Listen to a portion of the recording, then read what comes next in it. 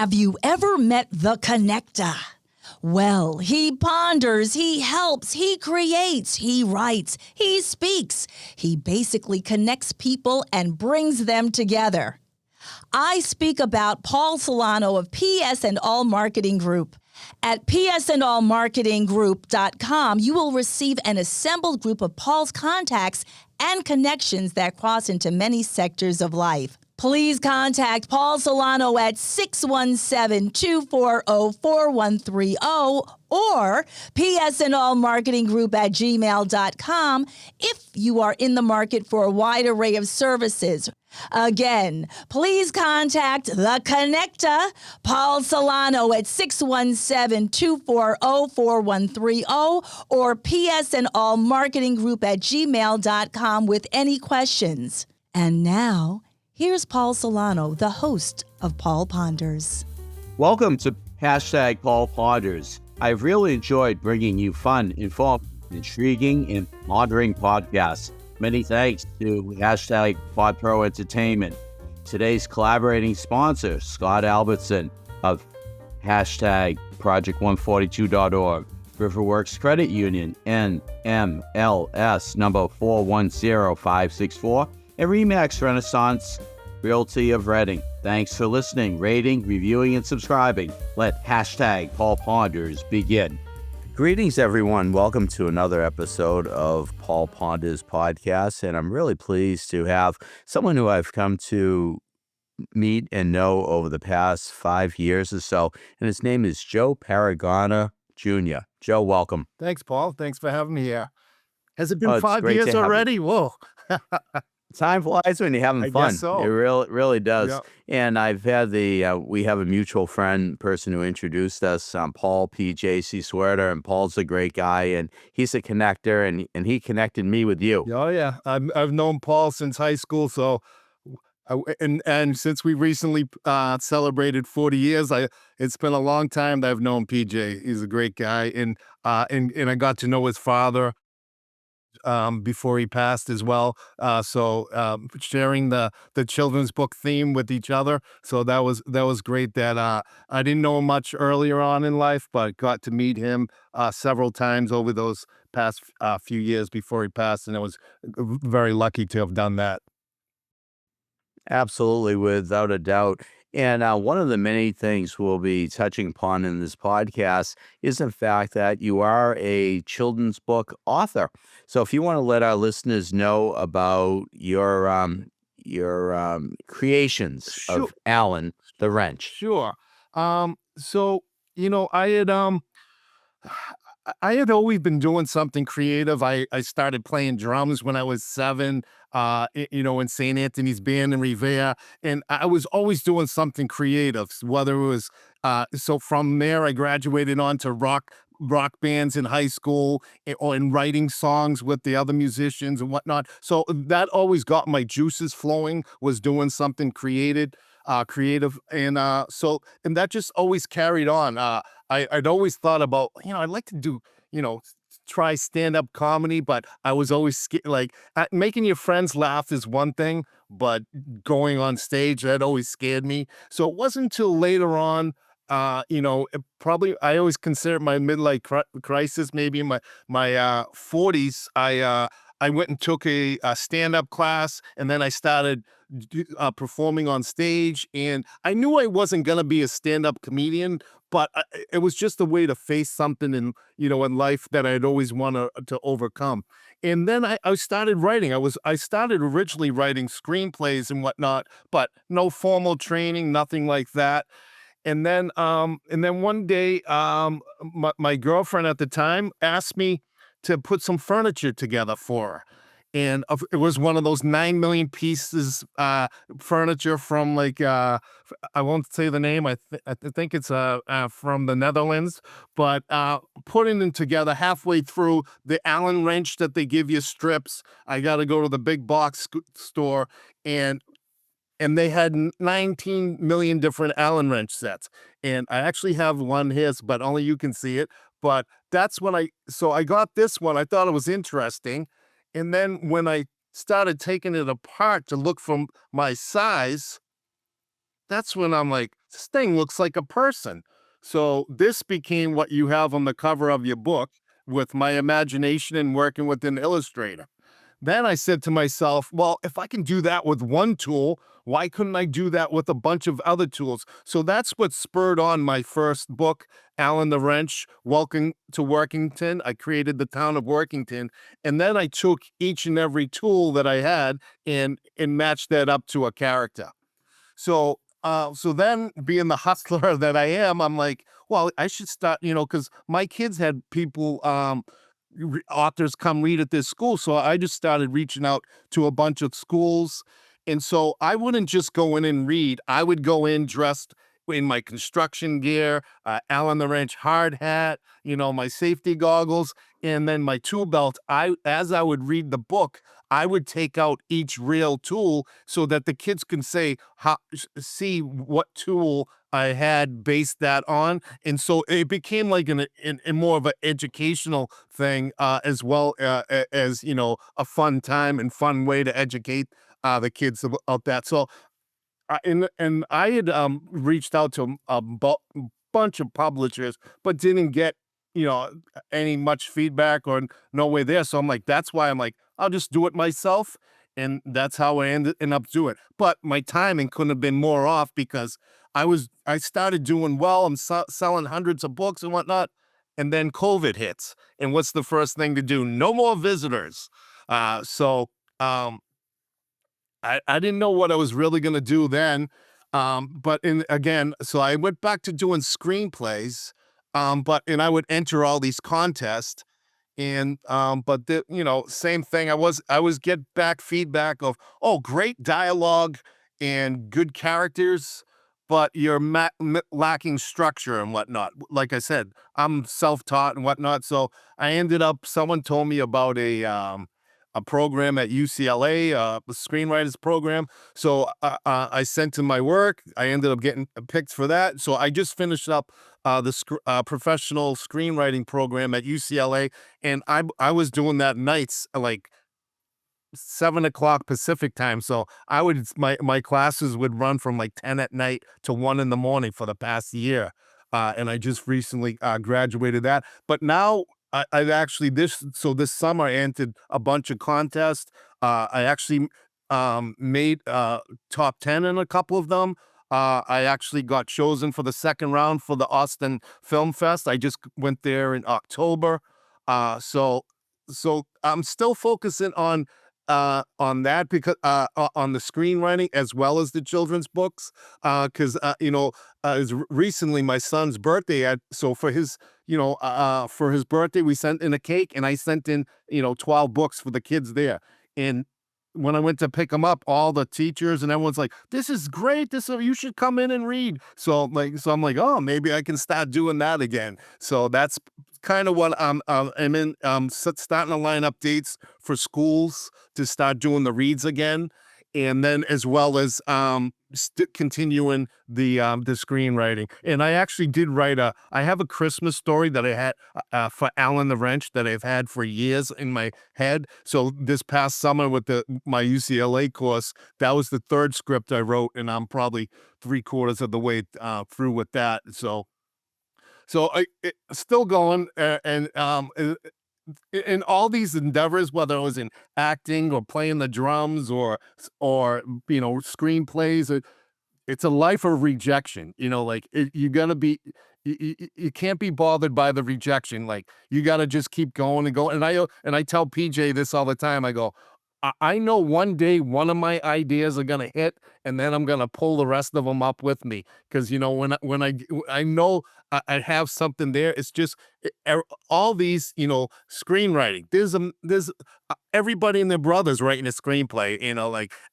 Like the contest just for the Austin Film Fest. They said they got over 11,000 scripts. And that's just one contest. There's a couple of other even bigger ones as well. So, but you can't let that deter you. It's just you have to keep doing what you do, what you love to do. And if you're in it just to get paid or whatnot, you're never gonna manage it because, like I said, there's so many people out there doing it, and it's just like any field, whether it's acting, modeling, that like you can't let that deter you. All you can keep doing is trying to get better yourself, and then your work will improve that way. And then maybe one of these little tiny miracles will happen where one of your things breaks through, and at least that's what I'm banking on, Paul. Well, I am totally, totally fascinated and blown away, and I am learning so much more about you, and I am so impressed with what you have accomplished and all. And I went out and I purchased the book Alan the Wrench, Welcome to Thank you very Workington, much A for to that. Z. You're welcome. You're welcome. I didn't get the free Ginzu knife though when I Oh, purchased well, it. that's when you Op- buy the third book. okay, operators are I standing actually by, have a right? third book coming out. It's April Fool's Day. It's called. And this one I've had in the works for a couple of years, and just like I said, COVID really messed up a lot of things. But it's gonna be out probably in March. But it's called April Fool's Day. Again, and that one's actually based on a true story that happened with my two older boys when they were younger, and they were playing tricks on me. I got them back. Maybe I went a little bit overboard, but because they still talk to it about it this day. So that's my. I won't give it any more about the book, but that's coming out in March of 2026. That is awesome. That's good. We have that late breaking news, so I am There you happy go. to do that. But with the theme about Alan the Wrench, Welcome to Workington, A to Z, it really just it teaches us a lot about the importance of knowing what tools we have in our toolkit, and the way that you and your illustrator Charles Burton have in fact, really just modeled. And I look at the names, Piper Cutter, Quentin Ratchet. You have so many great, great names and tools and descriptions. They all have their own persona. They have, we'll say that je ne sais quoi, Yes. if you will. But it's something that I really see it being a very important subject matter, and that's learning the trades. And I know that I personally am not handy. I could possibly screw in a light bulb. I don't know how many people it helps me to screw in the light bulb. But it's one of those things that it is important to learn the trades. And when we have this emphasis on AI, and we have the book knowledge, et cetera, et cetera. But really, I think we do have to really advocate for the trades in the schools. Well, and honestly, that's part of where I'm coming at with that, because you keep hearing that, and like that's where Paul and PJ and I went to the Volk in Wakefield. We were in carpentry class. We were building houses in the 10th, 11th grade, senior year. We were like, so from the get go, we were like involved in the trade. And back then, it was like, oh, he's not going to college, send him off to the vocational school. And now it's coming around the other way as you see so many tech jobs laying off and things. And I've worked in the tech industry in tech ops for the last 30 years. But it's definitely, the trades are definitely up and coming. And I sort of hoping Alan the Wrench, can catch that wave and maybe start getting to the kids when they're younger and helping them open up that world for them. And honestly, out of the dozens and dozens of reads I do a Q&A at the end, and it's probably my favorite part of the read, because some of the stuff you hear that comes out of the kids' mouths is like, oh, my mother's boyfriend has a hammer, and and he'd let me hit a nail in with it. Like you hear, they'll come up with the craziest stuff, and like I said, even the teachers are on high alert during the Q&A session. But it's great, and you see like both girls and boys are interested in it. So honestly, and I'm thinking too, like of reaching out to maybe some of the tool brands, and as an opportunity of opening that up as an avenue of expanding what I'm doing with Alan the Wrench as well. That is fabulous. Well, just to parallel and to maybe parlay your second book into a very serious topic of not only in the classroom, at a vocational school, at a private school, at a public school, in the workplace, and all, it's really the subject of bullying. Okay. Now, in book number 2, and I purchased that as well. I'm looking forward to getting book number 3 soon so I can get that Ginzu knife. But Alan the Wrench, Working Together Against Bullying.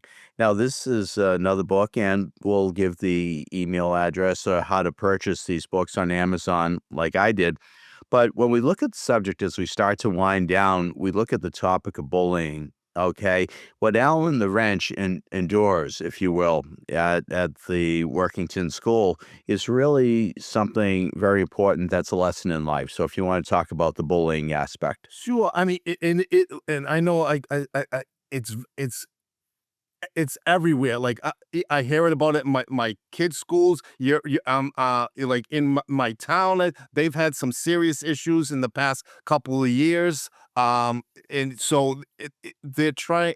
I see different spots where people are trying to address it, and a lot of times it's you always hear the lack of communication or lack of resources for help. So I sort of came at it like, well, why would someone in Workington be bullied, what and whatnot? And that's where I came up. Well, this tool was made in China, and so that he's different than the other tools. So, which is usually what with bullying is someone's getting picked on because they're different. They're not like the other ones and whatnot. So I came that's where I sort of came up with that idea.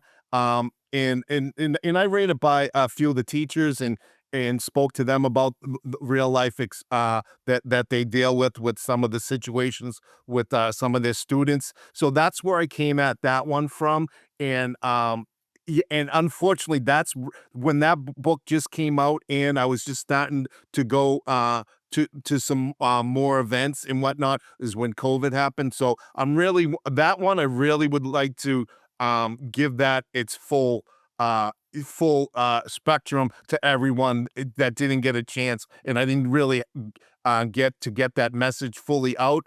But for those that I did, it's a good way for younger kids to be exposed because I went to Revere Public Schools growing up, and I've seen kids get bullied. I was bullied in some instances, and I'm sure a lot of people have that same experience. In nowadays with social media and every other thing, I think it's even more complicated than when we were growing up. So maybe I'm hoping this would be one small way for younger kids to start being aware and knowing they can reach out to what if it's their parents or a friend or their uncle, school administrator, whatever it might be, until someone hears their message and can help them. Wow. Well, Joe, I want to thank you for being on this episode of Paul Ponders, and really, we've just scraped the surface of so many things that we could talk about. So I think that you'll actually be another guest at another podcast where we could talk about things like your television work, your books, your web series, your voiceovers, your modeling experience, training, instructing. Little bit You of really everything, are Paul. a little bit of everything. Yes, a jack of all trades, a master of many, I would say.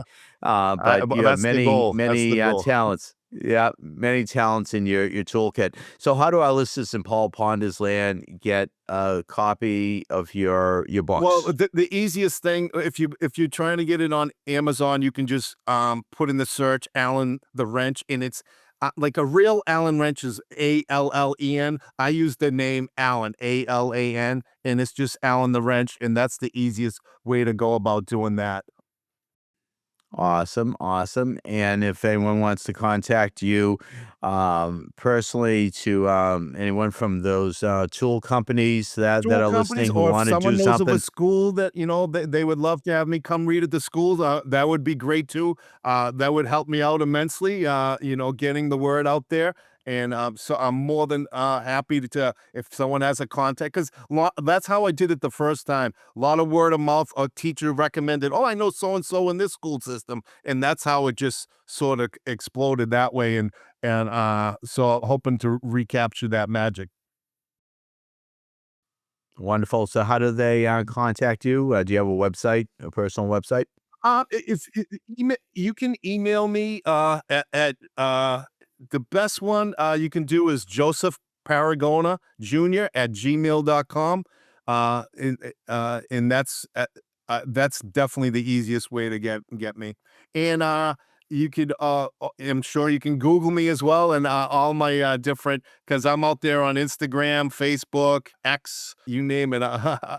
Alan the Wrench is out there some way or another. I love it. I love it.